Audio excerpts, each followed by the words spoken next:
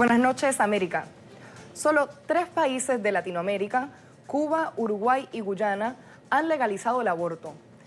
Pero muy pronto Argentina podría sumarse a esa lista. Activistas argentinas de todas las edades han estado luchando por cambiar las leyes que regulan el aborto en su país. Quizás usted recuerde esos pañuelos verdes que en 2018 caracterizaron masivas protestas en apoyo a un proyecto de ley que buscaba legalizar el aborto. Este proyecto al final no fue aprobado en el Senado por un margen muy estrecho. Pero este año las activistas del derecho al aborto han encontrado en el presidente de Argentina un aliado. Alberto Fernández, quien asumió el cargo en diciembre, anunció que los próximos días presentará un nuevo proyecto para legalizar la práctica. Ahora, que se apruebe la legislación a favor del aborto no es seguro. Amnistía Internacional calcula que la votación actual en la Cámara de Diputados de Argentina es de 116 a favor, 108 en contra y 33 votos indefinidos o sin datos. En el Senado, por su parte, Amnistía Internacional cuenta 33 votos a favor, 35 en contra, 3 legisladores indecisos y uno que está de licencia. Algunos argumentan que llevando el aborto al centro del debate público, Fernández intenta desviar la atención de la profunda crisis económica por la que atraviesa el país. Puede ser, pero de tratarse de una maniobra política, es una riesgosa y controversial. Aquí, sin embargo, hay un punto más importante. En Argentina, el aborto ya no es un asunto que se habla en tono bajo, en la privacidad del hogar. Aparece en portadas de periódicos nacionales e internacionales, en los noticieros y se debate en el Congreso. Esto es primordial. Los abortos ocurren y seguirán ocurriendo independientemente de si la práctica es legal o no en un determinado país. Y cuando no es legal, las mujeres, y particularmente las mujeres más pobres, terminan recurriendo a abortos inseguros que ponen sus vidas en peligro. Y detrás de los debates morales o ideológicos se esconden cifras desalentadoras. En América Latina y el Caribe, al menos 10% del total de muertes maternas se debió a abortos inseguros. Si en algo podemos estar todos de acuerdo, es que esta no es una situación que prioriza el bienestar de las mujeres de América Latina.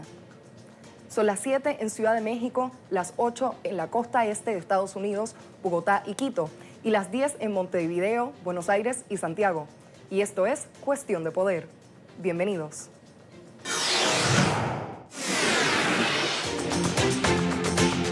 Chile vuelve a las calles. Tras las masivas protestas del año pasado, marzo inició con la convulsión social en las plazas de Santiago. ¿Por qué sigue inconforme la gente en el país? Sanders y Biden lideran las encuestas demócratas. Bloomberg retiró su campaña presidencial y cada vez están más cerca las elecciones en julio. Todo lo que dejó el supermartes. Y les contamos cuáles son las mejores ciudades del mundo para vivir. Victory is winning for our country. Hoy comienza un cambio de régimen político. Desde nuestros estudios en Washington, la opinión, el análisis y las voces que nos ayudan a comprender nuestro mundo. Es cuestión de querer, es cuestión de poder. Y comenzamos con algunas noticias que nos han llamado la atención y en las cuales queremos profundizar. La primera de ellas viene de la revista económica The Economist, que todos los años elabora un ranking con las ciudades que ofrecen las mejores condiciones para vivir. Como sucedió en la edición pasada, la capital de Austria, Viena, ocupa el primer puesto. Es la mejor ciudad para vivir. Tiene 99 puntos de los 100 puntos posibles. Pero, ¿cómo se elabora todo esto? ¿Cómo se determina este índice? Bueno, ese índice se basa en el estudio de una publicación que se llama el Global Livability Index y se elabora comparando elementos que contribuyen a la calidad de vida de los habitantes, es decir, la infraestructura, el medio ambiente, la calidad de la educación o la estabilidad. La lista completa incluye 140 ciudades, pero en ninguno de los primeros 10 puestos aparece una ciudad ni española ni latinoamericana. Así que nota para los políticos de la región que tienen que hacer a las ciudades de América Latina mejores ciudades para vivir. Otra noticia, esta nos lleva a la Corte Suprema estadounidense, que escuchó hoy argumentos orales en un caso de acceso al aborto en Luisiana. June Medical Services versus Rousseau.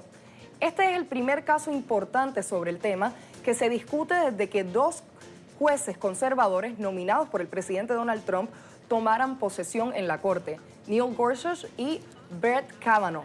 La discusión podría tener implicaciones nacionales en el caso de Roe versus Wade.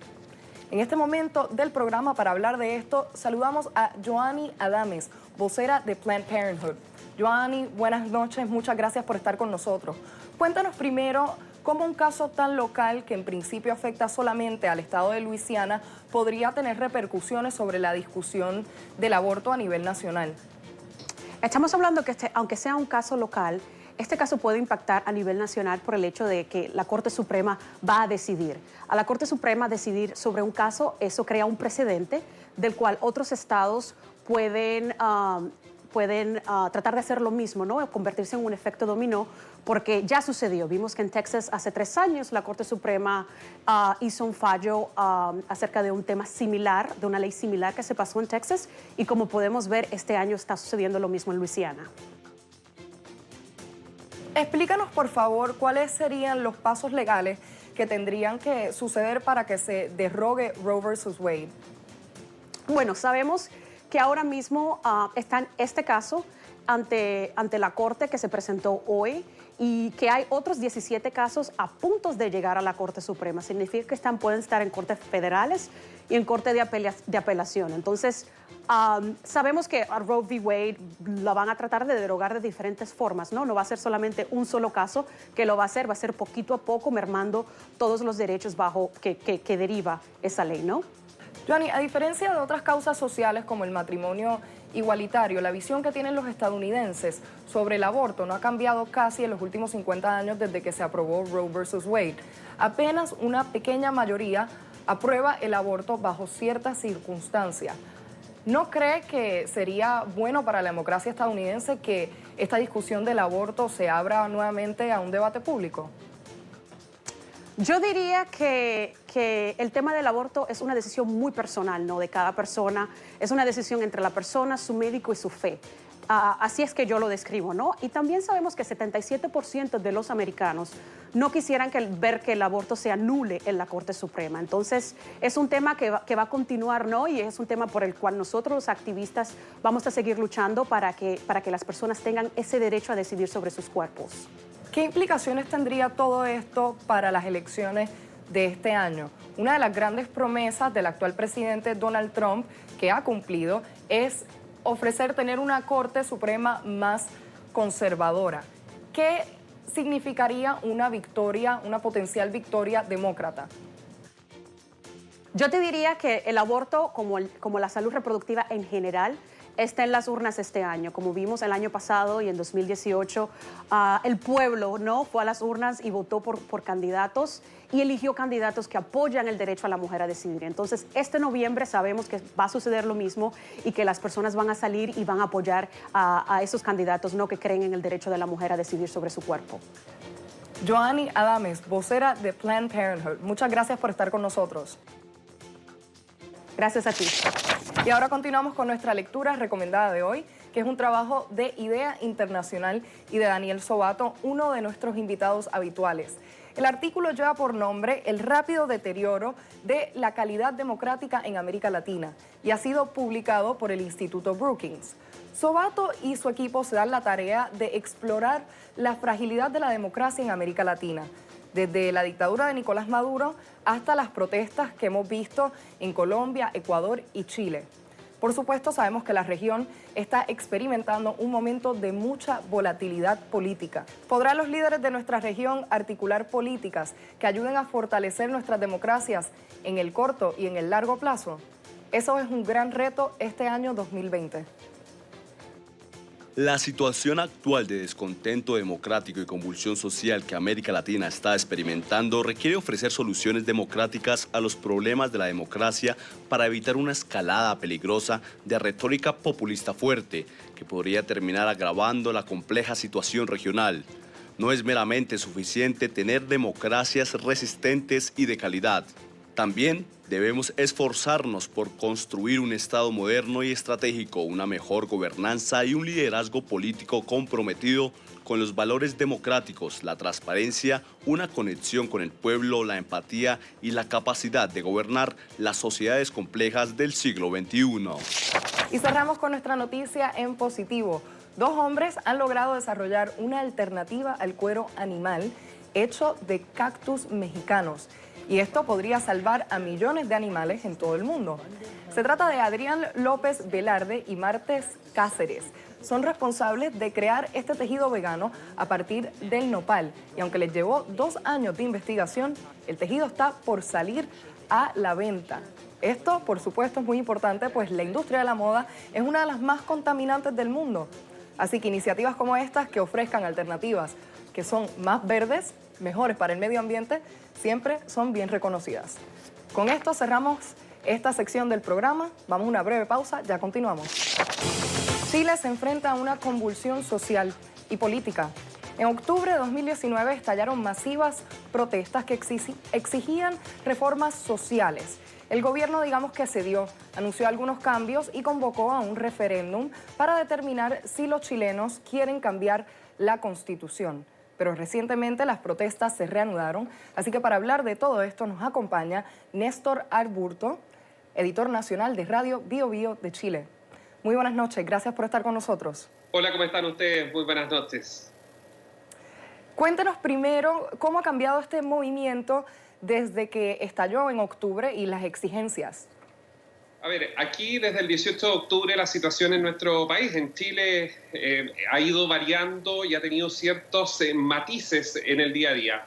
Hay un punto en común, todavía es alta la adhesión respecto al rechazo a la clase política de parte de un número importante de chilenos. Eso lo han reflejado las últimas encuestas de opinión que se han conocido a inicios de esta semana que comienza el mes de marzo. Sin embargo, cuando se pregunta respecto a la desigualdad, que ha sido el principal motor de este estallido social, como se le ha llamado en Chile, evidentemente sigue siendo alto, supera el 70%.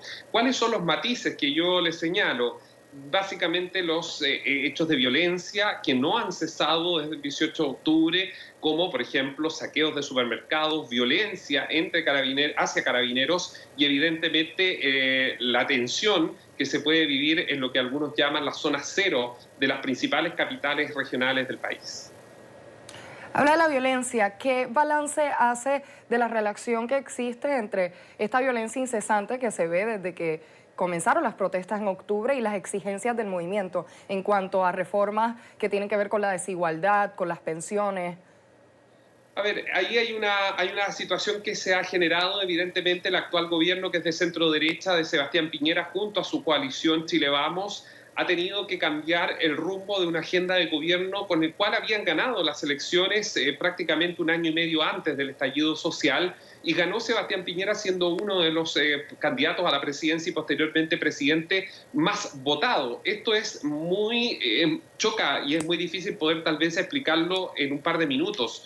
El presidente, que tuvo una muy buena adhesión en cuanto a votos, comienza a gobernar 1 año y medio más tarde, viene este estallido social y donde él comienza a ser el rostro más complejo, lo más difícil, por el alto rechazo que genera la imagen de Sebastián Piñera, que ha llegado a tener hasta un 6% de apoyo ciudadano. Dicho eso, esto ha cambiado obviamente la agenda de gobierno, de una agenda pro impulso, pro reactivación económica, pro varias cosas relacionadas con mercado, a una agenda dinámica y más social. Como por ejemplo, el gobierno de Sebastián Piñera tuvo que poner dentro de los primeros proyectos, luego del 18 de octubre, las pensiones. Una de las demandas que parte este movimiento, que parte, valga la redundancia, por los estudiantes, y que llega a este estallido social del 18 de octubre, porque efectivamente se habían conocido varias situaciones previas al 18 de octubre y todo esto estaba gatillado por el aumento, la demanda de aumento de las pensiones. Esto lleva a que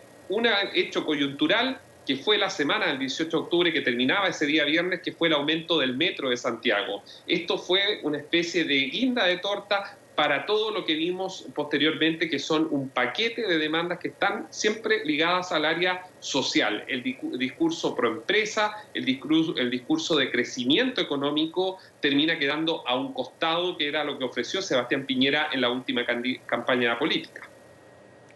Usted menciona la baja aprobación, el bajo apoyo que tiene Sebastián Piñera entre los chilenos actualmente. Su mandato es hasta el 2022. ¿Podrá terminar? A ver, en la coyuntura institucional, si uno lo mira desde el punto de vista más frío, efectivamente hoy Sebastián Piñera puede ser parte del problema y no parte de la solución. Y eso pudiera abrir una viga a un término anticipado de su gobierno, siendo absolutamente honesto. Constitucionalmente no es como otros países donde el presidente firma un documento y se va. En Chile tiene que hacerlo ante el Congreso y tendría que hacerlo por una incapacidad física o mental, en definitiva un tema médico. Lo que vemos, cuáles son las señales que dan desde el Palacio de la Moneda, es que Sebastián Piñera está absolutamente lejos de tomar una decisión, aun cuando pueda ser adversa la coyuntura, de dar un paso al costado. Y prueba de eso es que él sigue dinamizando la agenda para poder hacer frente a cada una de las demandas que hay de parte de la calle.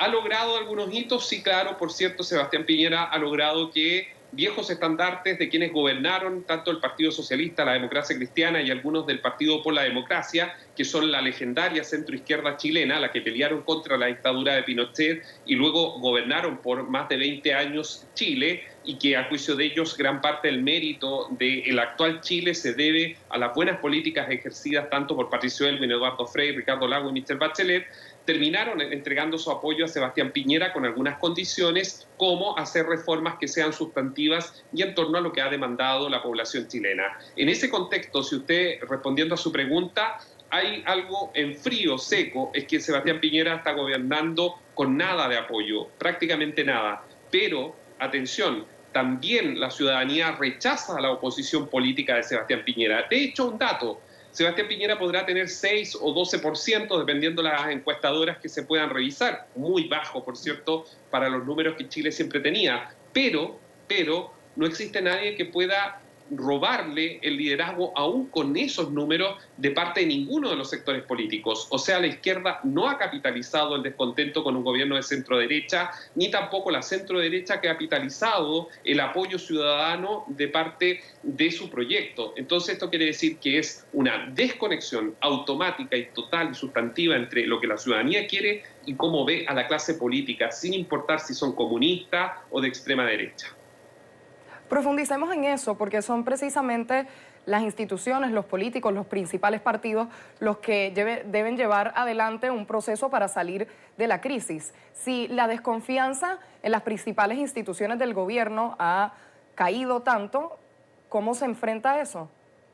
Es una buena pregunta y es lo que nosotros acá, para la hora de reportear, de poner las noticias sobre la mesa y poder explicárselas a los televidentes, a los auditores de la radio o escribirlo en los portales web, es lo que uno busca como una respuesta para tu pregunta. Y lo que sí queda es que Chile sigue siendo un país muy institucional, en el sentido de que, pese a todo lo que hemos hablado, y seguramente ustedes han estado informando constantemente de lo que ocurre en Chile, la economía sigue avanzando, tuvo un repunte. No podríamos hablar que eso sea sustantivo o que pueda ser la tendencia en el tiempo, hay que ver qué es lo que va a pasar en el mes de marzo. Pero el consumo interno, Chile es una sociedad que no es industrializada. Chile no es un país como Brasil o como la misma Argentina. Chile más bien vive en punto importante de las exportaciones y de los grandes tratados de libre comercio que tiene en el mundo entero. Y segundo punto es el consumo interno. Ese consumo interno cayó en los últimos meses, pero no sabemos cómo va a evolucionar. Y eso te demuestra que básicamente, por un lado, hay protestas ciudadanas, hay protestas callejeras, hay demandas ciudadanas, hay demandas de todos los sectores, incluyendo los sectores más acomodados, la clase media alta de Chile. Sin embargo, y preciso del punto, el día a día continúa, y hay una aparente normalidad, aun cuando todos hablan de las protestas y de la violencia que se ha visto y que se ve durante las noches. Como hay una cierta normalidad dentro de un engranaje que sigue funcionando y que por ahora, creció la economía 1,5% durante el mes de febrero, prácticamente 0,2% menos que el febrero del año pasado, cuando nada de esto había ocurrido. Entonces vayamos más allá de las protestas y la violencia que se ve en las calles. Hablemos del plebiscito, ¿no? Para Rechazo o determinar si se hace una nueva constitución o no. ¿Eso mejoraría la situación en Chile? Es un arma de doble filo. Por un lado, efectivamente, se llegó a un acuerdo el 15 de noviembre del año pasado, en medio de toda la tensión que había ciudadana callejera entre la clase política, de hacer una nueva constitución. Te repito, si nos vamos a lo que te dije al inicio y lo que les estaba explicando, la demanda no era una nueva constitución el 18 de octubre, eran demandas sociales como mejoramiento de las pensiones, mejor acceso a la salud, a la educación gratis y de calidad, y no pagar una cantidad de plata, que los bancos no tengan abusos sobre las pequeñas empresas. En fin, la lista de supermercados, como decimos en Chile, puede ser muy larga. Sin embargo, lo que hizo una especie de jugada política es ponerle un paraguas, un nombre, un rótulo, nueva constitución, que efectivamente habían demandas de ello, pero no tenía la fuerza que tomó posterior al 18 de octubre.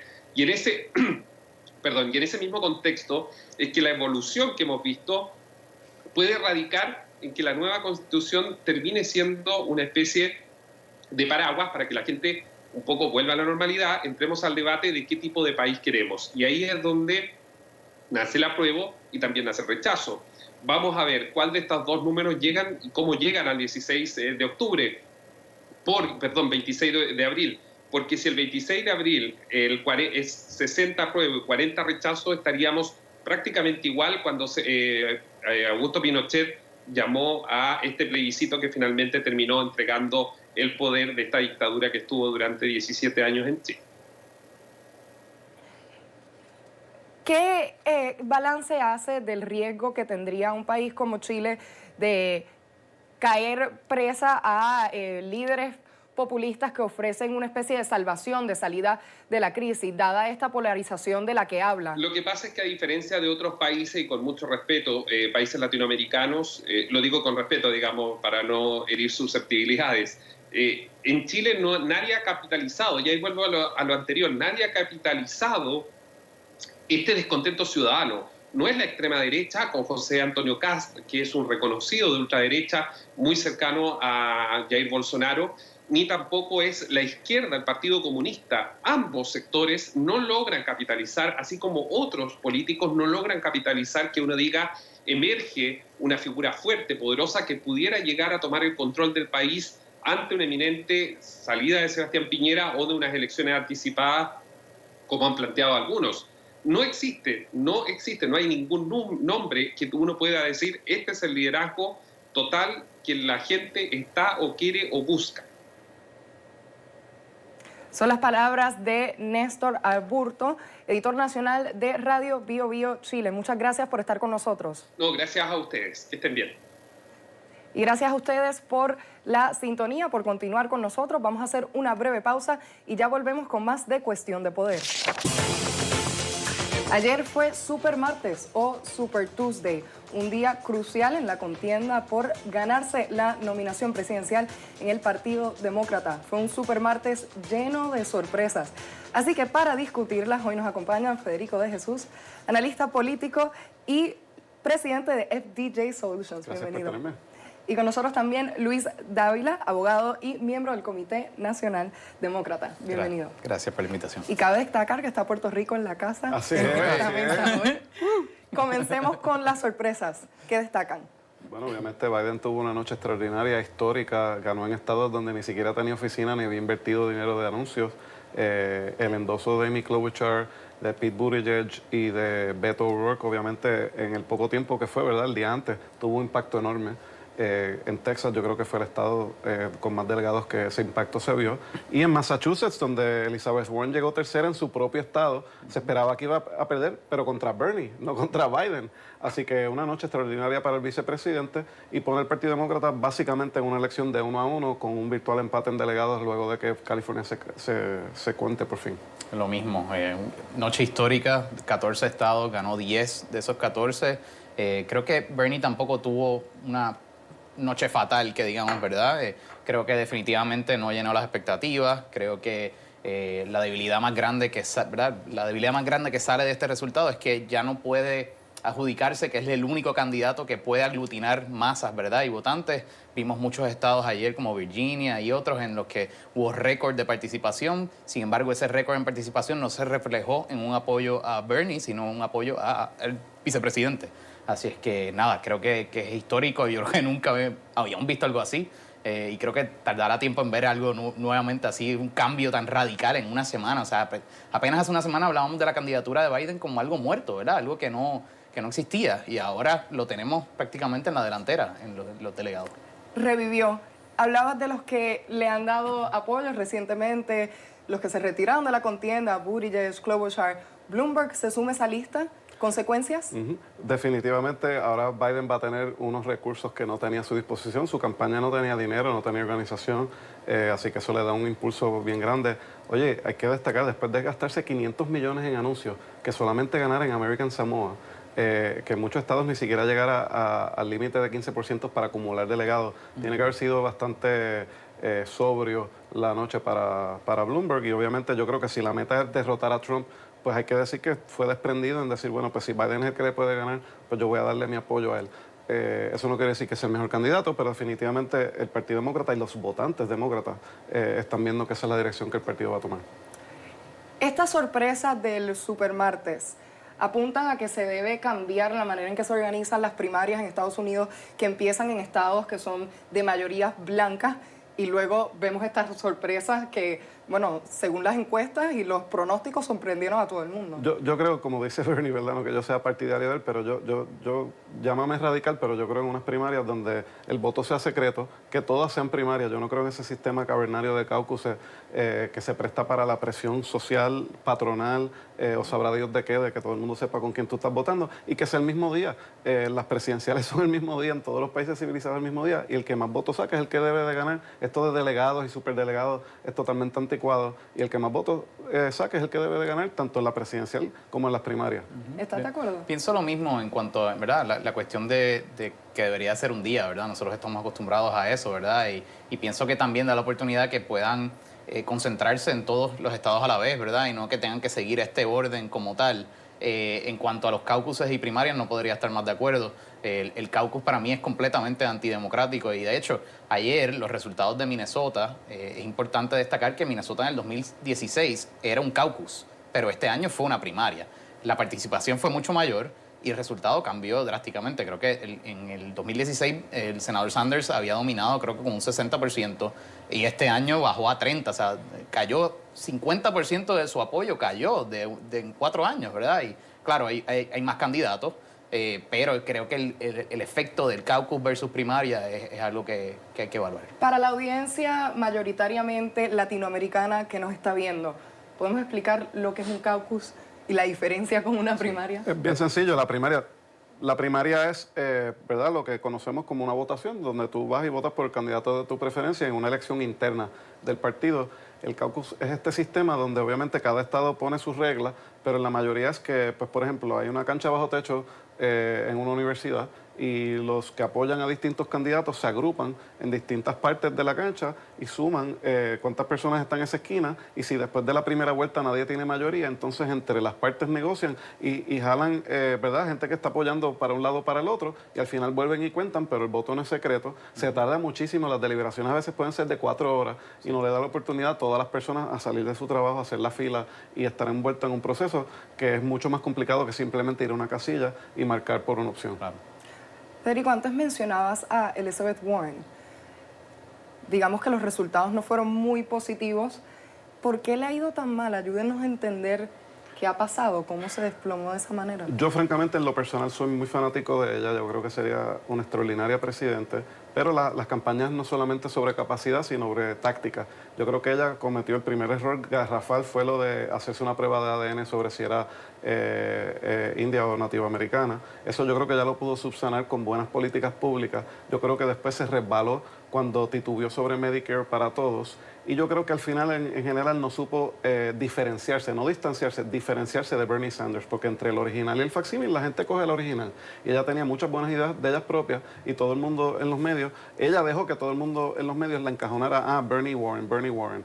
Pues eso fue lo que yo creo que le pasó. Sí, pienso lo mismo. Creo que estaba pescando votos en el mismo lugar donde Bernie estaba, ¿verdad?, buscando y dominaba, ¿verdad?, ese grupo. Y ella no supo trascender ese demográfico, ¿no? Y pues se quedó en una elección donde hay tanto candidato, pues se quedó sin ese apoyo, esa base natural que cada uno de los candidatos ha tenido. Y hay que añadir que en el último debate yo creo que cometió un error, ya que ella había destrozado a Bloomberg en el último, en ese debate que acabamos de ver, todo el mundo esperaba que ella le iba a tirar a Bernie, que era el que estaba al frente, pero al tirarle otra vez a Bloomberg se notaba que ella o no quería tirarle a Bernie o que algo pasaba, y yo creo que eso fue un error táctico de su parte también. Sin embargo, hasta lo que he visto recientemente ya no parece retroceder, no hay ningún indicio de que se va a retirar. ¿Por qué? ¿Cuál es la estrategia? ¿Hay una posibilidad de recuperarse de esto? Bueno, el día del supermartes, ayer la campaña de ella me envió un memo diciendo que ellos iban hasta la convención, que ningún candidato iba a tener una mayoría, que ellos iban hasta el final. Ya esta tarde su equipo está diciendo, bueno, ella tiene decisiones que tomar. Yo creo que ahora hay un proceso de negociación entre Biden, Bernie y ella de reflexionar. Y quizás pues ellos están tratando de cortejar el apoyo de ella. Así que yo creo que ella pudiera hacer una diferencia para cerrar esta primaria si apoya a uno de los dos candidatos en un momento clave. Siempre se ponen ahí como uno al lado del otro, Sanders y Warren. ¿Es seguro que esos seguidores de Warren se van a ir hacia Sanders? Yo pienso que no, O sea, técnicamente ella siempre ha adoptado políticas que son, ¿verdad?, muy similares a las de Bernie, pero no necesariamente la gente que la sigue a ella seguirían a Bernie. O sea, habría que ver. Yo creo que hay encuestas de eso corriendo en este momento, pero nada, volviendo a la pregunta, ¿verdad?, de por qué no ha declarado, por qué no se ha retirado, es un golpe muy duro lo que tuvo ayer. Su estado, casa, ¿verdad?, donde ella reside, no solo lo pierde, sino que llega a tercera. Y eso es algo que ciertamente uno tiene que hacer una introspección de qué es lo que está ocurriendo, porque no tuvo apoyo en su propio estado. Así que nada. Y vemos los datos, o sea, en Nuevo Hampshire fue Amy Klobuchar la que le quitó votos a ella, no fue Bernie. También hubo una competencia entre los votantes de Pete Buttigieg y los de ella, porque es una demográfica, ellos apelan al blanco de educación universitaria, o sea y Bernie apela más a un sector más joven, de clase trabajadora, así que porque tengan retórica parecida no quiere decir que los que lo apoyan sean del mismo grupo. Recordemos que Bernie Sanders hace ya una semana dijo que una mujer, bueno, esto no lo dijo hace una semana, pero salió a la luz hace una semana, fue noticia nacional e internacional que una mujer no podía asumir el cargo de la presidencia. Mucho se está hablando de los vicepresidentes, de la importancia que ha recobrado esa figura al estarse hablando de unas figuras que están disputándose la presidencia, que son todos hombres blancos en sus 70, septuagenarios. ¿Podría ser Bernie Warren una combinación? Yo creo que es posible, pero usualmente con las vicepresidencias esas candidaturas buscas complementar y añadir. Yo no creo que ella le añade tanto a Bernie, sin embargo pudiera añadirle a Biden, ¿verdad? Porque entonces balanceas el lado centrista con el lado liberal, le das una mujer, pero cualquiera que sea la persona que esté al frente del ticket, tiene que haber una mujer o una minoría. El Partido Demócrata no va a aceptar lo contrario. Sí, pienso que otro candidato, ¿verdad?, que habría que mirar para esa posición es Kamala Harris, la senadora Harris, mujer, afroamericana, creo que también llena ese balance del que Fede está hablando, creo que podría ser una combinación muy positiva. Sin embargo, ideológicamente Kamala Harris y Joe Biden están ahí más o menos alineados. Bueno, tuvieron momentos de mucha tensión. Sí. Ella empezó favoreciendo Medicare para todos y eliminar ICE, que era donde se parecía que el Partido Demócrata iba a ir, y de repente fue moderando y moderando hasta que se quedó sin posiciones. Yo creo que ese fue el daño que le hizo, pero es una senadora prominente, fue fiscal, fue secretaria de Justicia de California y definitivamente tiene mucho que aportar. Hablemos de una potencial derrota de Bernie Sanders. ¿Podrán los seguidores del senador sumarse a una candidatura de Joe Biden? Es lo que todo el mundo quiere, pero la historia dice lo contrario, ¿no? En el 2016 abandonaron prácticamente el Partido Demócrata, no salieron a votar. De hecho, hay muchos que salieron y votaron por Trump, porque ellos entienden que para que haya un cambio real dentro del Partido Demócrata, no tiene que perder el Partido Demócrata y reorganizarse. No sé, de verdad que es una pregunta, no me gustaría, ¿verdad?, pensar tan negativo, pero eso es lo que la historia reciente ha dicho.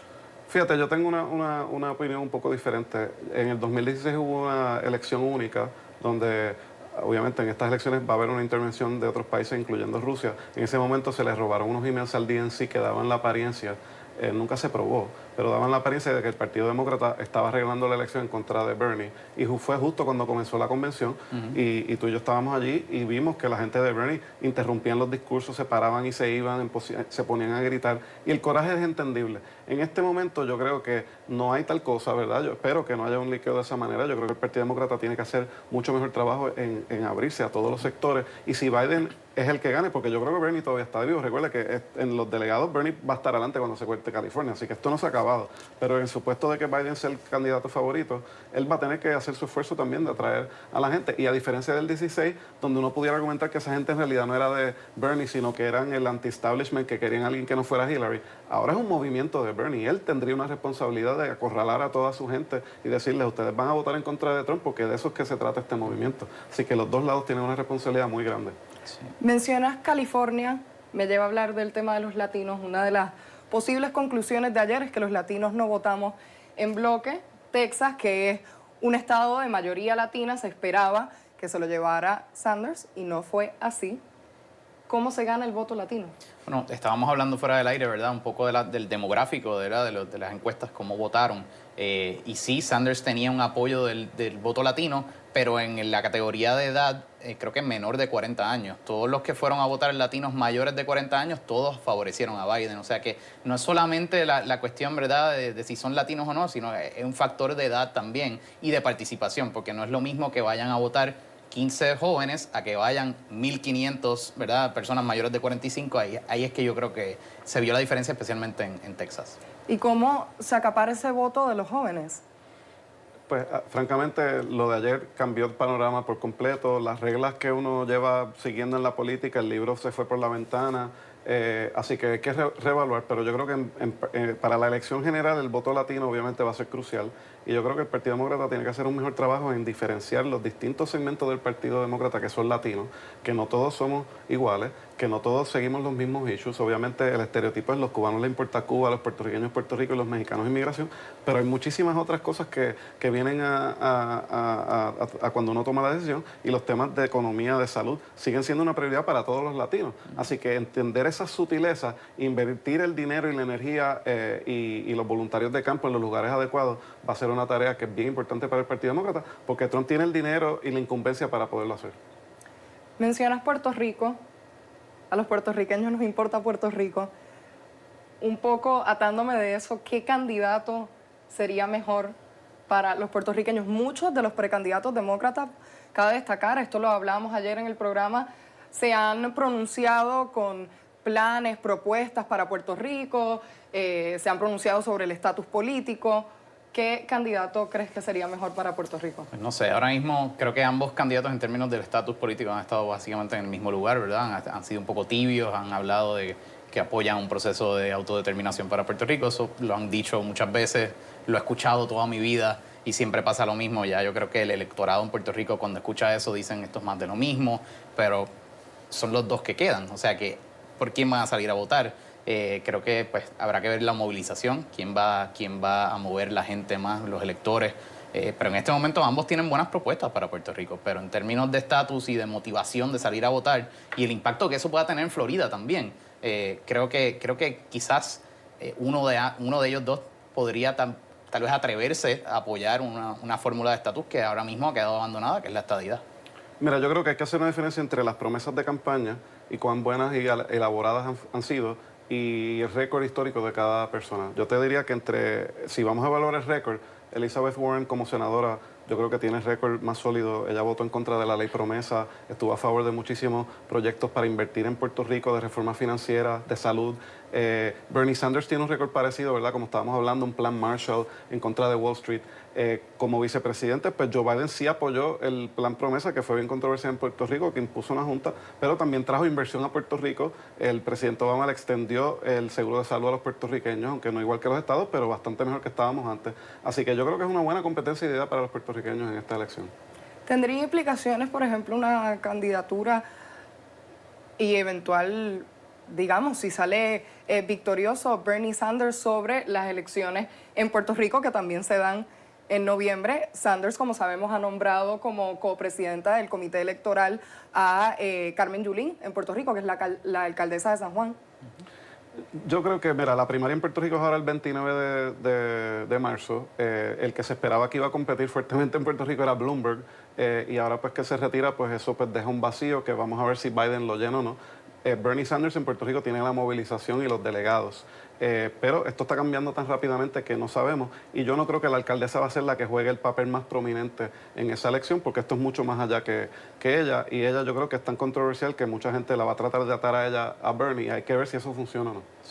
Sí, de hecho, hablando de la alcaldesa, hoy salió una encuesta, ¿verdad?, de la gobernación en Puerto Rico, y ella sale con unos números muy malos en comparación a su contrincante. Todo el mundo está hablando de si ella pierde esa primaria en junio, si entonces se va a dedicar de lleno a ayudar a Bernie Sanders, si es entonces Bernie Sanders el candidato. Volviendo a la primaria presidencial también, ese día hay una elección especial en Puerto Rico para llenar una vacante del Senado, y es una vacante que le pertenece al Partido Estadista. Son las opiniones de Luis Dávila, miembro del Comité Nacional Demócrata, y Federico de Jesús, presidente de FDJ Solutions. Muchas gracias por estar con nosotros. Gracias a ustedes por la sintonía. Ya continuamos con más de Cuestión de Poder después de la pausa. Ya en recta final de esta edición de Cuestión de Poder, y llegó la hora de la cultura con Alfonso Díaz. Alfonso, muy buenas noches. Cuéntanos, por favor, qué nos tienes para hoy. Hola Alexandra, mi recomendado para este fin de semana es la película The Way Back. ¿Y por qué la recomiendas? Bueno, el atractivo principal aquí es el protagonista. Ben Affleck encabeza el elenco de este film dramático y deportivo que, como les acabo de decir, es... Recomendación que nos hace Alfonso Díaz, ahí lo tienen. Y ahora pasamos a las redes sociales, donde vamos a destacar algunos mensajes que nos llamaron la atención. Las razones de la manifestación e intervenciones son por las injusticias que hay en Chile. Una vez que se acabe todo eso, parará. No porque usted apruebe una constitución pasará esto todos los días. No sean de mente cerrada. Espero y aspiro que el gobierno de Sebastián Piñera sea lo absolutamente sensato para prohibir cualquier manifestación y acto público ahora que el COVID-19 llegó a Chile. De lo contrario, la pandemia será cuestión de días. 108. Si se preguntaban por resultados generales, recuerden que no existen. Estados Unidos no tiene una primaria nacional, sino que tiene este reality show llamado Primaria Demócrata, desde febrero a junio, por lo que ayer, en el Supermartes, el ganador fue Biden, por lo sorpresivo. Con esos comentarios en las redes sociales cerramos esta edición de Cuestión de Poder. Soy Alexandra Colón Amil, en sustitución de Gustavo Alegret, y hasta una próxima ocasión.